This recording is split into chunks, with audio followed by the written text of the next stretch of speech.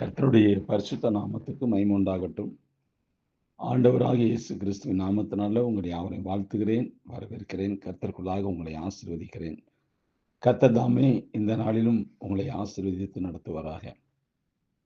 பிரியமானவர்களே, தியானத்திற்கு எடுத்துக்கொண்ட பரிசுத்த வேதாகமத்தினுடைய பகுதி அப்போஸ்தலனாகிய பவுல் எழுதின பிலிப்பியருக்கு எழுதின நிருபம் 2ஆம் அதிகாரம் 12வது வசனம். அப்போஸ்தலனாகிய பவுல் எழுதின நிருபம், பிலிப்பியர் எழுதின நிருபம் 2ஆம் அதிகாரம் 12வது வசனம். அதிக பயத்தோடும் நடுக்கத்தோடும் உங்கள் இரட்சிப்பு நிறைவேற பிரயாசப்படுங்கள். அதிக பயத்தோடும் நடுக்கத்தோடும் உங்கள் இரட்சிப்பு நிறைவேற பிரயாசப்படுங்கள். உங்கள் வீட்டு துணிகளை துவைப்பதற்கு நீங்கள் ஒரு இயந்திரம் உருவாக்க தேவையில்லை. ஒரு இயந்திரத்தின் செயல் விதிகளை நீங்கள் அறிந்திருந்தால் மட்டுமே அதை பயன்படுத்த முடியும் என்றில்லை. ஆனால் ஒரு இயந்திரத்தை எப்படி உபயோகிக்க வேண்டும் என்பது தொடர்பான சில ஆலோசனைகள் உள்ளன. அந்த விதிகளின்படி அந்த இயந்திரத்தை உபயோகப்படுத்தினால்தான் அது உரிய விதமாக இயங்கும். அதுபோல பாவத்திலிருந்து விடுதலை அடையவும் பரிசுத்தமாக மாறவும் தேவையான மீட்பின் திட்டத்திற்காக மனிதன் எதையும் செய்ய தேவையில்லை. எப்படி பாவ மன்னிப்பு நிகழ்கிறது, எப்படி பாவ விடுதலை செயலாக்கம் பெறுகிறது, எப்படி பரிசுத்தம் ஏற்படுகிறது என்பது போன்ற ஆவிக்குரிய நுண்ணறிவு மிகவும் கட்டாயம் அல்ல. ஆனால் இலவசமாக தேவனால் அருளப்படும் இரட்சிப்பின் அனுபவத்தை சரியாக பயன்படுத்த தெரிய வேண்டும். இரட்சிப்பு எப்படி நம்மில் நிறைவேறும் என்பதை நாம் அறிய வேண்டும். ஏதோ ரட்சிக்கப்பட்ட முன்வந்த ஞானஸ்தானம் பெற்றுவிட்டதால் இரட்சிப்பு நிறைவேறிவிட்டது என்று கூறி சொல்லிவிட முடியாது. சிலர் ரட்சிக்கப்பட்டு கடந்து போன ஆண்டுகளின் அளவை சொல்வார்கள். அது 20 வருஷம், 30 வருஷம், 40 வருஷம், 50 வருஷம் என்றெல்லாம் இருக்கும். ஆனால் அவர்களை ரட்சிக்கப்பட்ட சாட்சியோடு யாரும் பார்த்திருக்க மாட்டார்கள். ஏனென்றால் அவர்கள் ரட்சிப்பு நிறைவேறும் படிகளை அறியவில்லை. ரட்சிக்கப்பட்டவர்களுக்கு ஒரு தரிசனம் வேண்டும். ரட்சிக்கப்பட்டவர்களுக்கு பாவத்தை ஜெயிக்க முடியும், பரிசுத்தமாக வாழ முடியும் என்ற விசுவாசம் தேவை.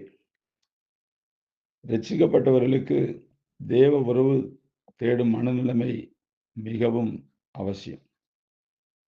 ரட்சிக்கப்பட்டவர்களுக்கு பரிசுத்த ஆவியை குறித்து விழிப்புணர்வு தேவை.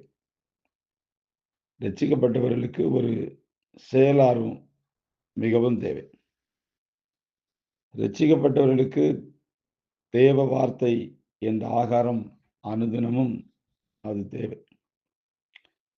பழைய பாவ சுபாவங்களை ஜனங்கள் நம்மிடம் காணாதிருக்க வேண்டும். புதிய தேவ சுபாவங்களை ஜனங்கள் நம்மிடம் பார்க்க வாய்ப்பு இருக்க வேண்டும். தினமும் தேவ ஐக்கியத்தை நாடி தேவ விதிகளை கவனித்து தேவ நோக்கங்களை சார்ந்து ஓடி இந்த மனிதன் ரட்சிப்பின் அனுபவத்தை உபயோகிக்க தெரிந்திருக்கிறான் என்று அர்த்தம். பிரியமானவர்களே, ரட்சிக்கப்பட நாம் என்ன செய்ய வேண்டும்? ஆண்டவராக இயேசு கிறிஸ்துவை விசுவாசிக்கணும், வசனத்தை ஏற்றுக்கொள்ளணும். அந்த வசனத்தின்படி தன்னை அடுத்து தன் பாவங்களை மறைக்காதபடி அறிக்கை செய்து விட்டு அவன் ஞானஸ்தானம் விசுவாசித்த ஞானஸ்தானம் பெறணும். இதுதான் ரொம்ப முக்கியம். இந்த பகுதியில நாம் தியானிக்கும் போது அப்போஸ்தலனாகிய பவுல் சிறைச்சாலையில் இருக்கிறான்.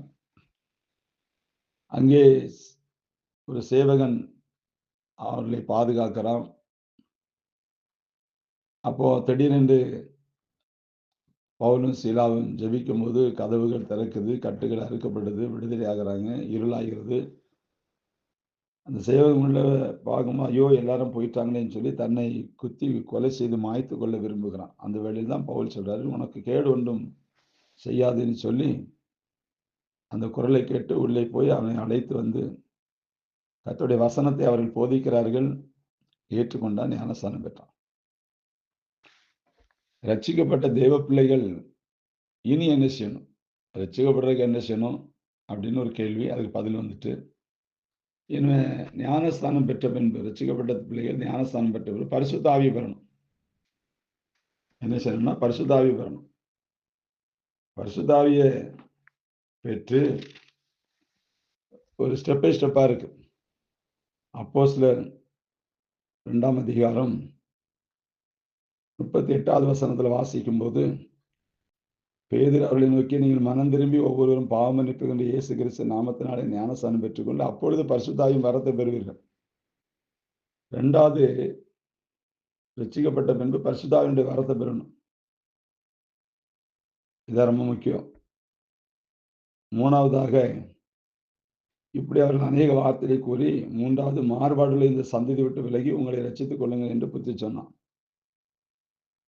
இந்த வார்த்தைகளை எல்லாரும் கேட்டார்கள். 5வது என்ன அப்படின்னா, 4வது, அவர்கள் அப்போஸ்தலருடைய உபதேசத்திலும் அந்நியோன்யத்திலும் அப்பம் எடுப்பதிலும் ஜெபம் பண்ணுவதிலும் உறுதியாய் தரித்திருந்தார்கள். அதற்கு பின்பாக ஒரு ரட்சிக்கப்பட்ட தேவ பிள்ளை 5 விதமான அஸ்திபார உபதேசத்துல கட்டப்பட்டு அனுதின வேத வாசிப்பு, ஜெபம், பாடல், இந்த 3 அவசியம். பாடல் பாடி கர்த்தரை மகிமைப்படுத்தி வேதத்தை வாசித்து ஏற்றுக்கொண்டு ஜெபித்து ஒவ்வொரு நாளும் தங்கள் ரட்சிப்பு நிறைவேற பிரயாசப்படணும். இதுல பழைய பாவங்கள் வந்துடக்கூடாது. பழைய பாவங்கள் உள்ள வரக்கூடாது.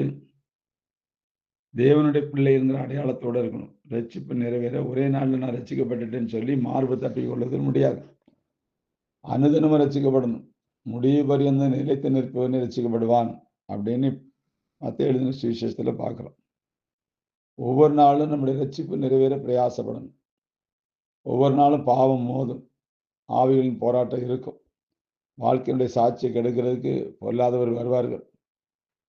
இதெல்லாம் நம்முடைய வாழ்க்கையில மோதி மோதி ஜெயிச்சு தான் கடந்து போனோம். அப்போ ஒவ்வொரு நாளும் நாம் ரட்சிப்பு நிறைவேற தேவ பயத்தோடும் நடுக்கத்தோடும் நாம் பிரயாசப்பட வேண்டும். ஒவ்வொரு நாளும் கடைசி மரண பரியந்த வரைக்கும்.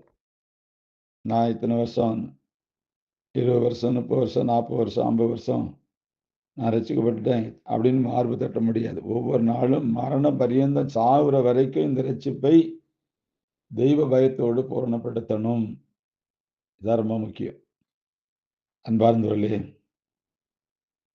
இந்த 5 விதமான காரியத்துல நாம் 7 விதமான காரியத்துல கரெக்டா இருக்கணும். கர்த்தருடைய பிள்ளைகள் ஒவ்வொரு நாளும் உங்களை நீங்களே கேள்வி கேட்கணும். நான் வேதம் வாசித்தேனா? கர்த்தரை பாடி மகிமைப்படுத்தினேனா? ஜெபித்தேனா? என் வாழ்க்கையில காலையில அதிகாலை எழுந்து இந்த 3யும் செய்தேனா? பகல் வேளை முழுவதும் வேலை செய்து இரவு வேளையில மறுபடியும் அவரோட நான் பேசினேனா? இந்த அனுபவத்துக்குள்ள ஒரு தேவ பிள்ளை ஜீவிக்கணும். ரட்சிக்கப்பட்டவர்கள் கண்ட கண்ட இடத்துல நிற்க மாட்டாங்க. கண்ட கண்ட இடத்துக்கு போக மாட்டாங்க. கண்ட கண்ட வேண்டாத மனுஷனோடு வீணான ஐக்கியங்கள் வைக்க மாட்டாங்க. உலக காரியத்திலிருந்து விடுதலை பெற்றவர்கள் உலகத்தோடு ஒத்து போக மாட்டாங்க. இப்படி தங்களை காத்துக் கொள்வதிலேயே அவர்கள் பிரயாசப்படுவார்கள். அதுதான் உண்மை.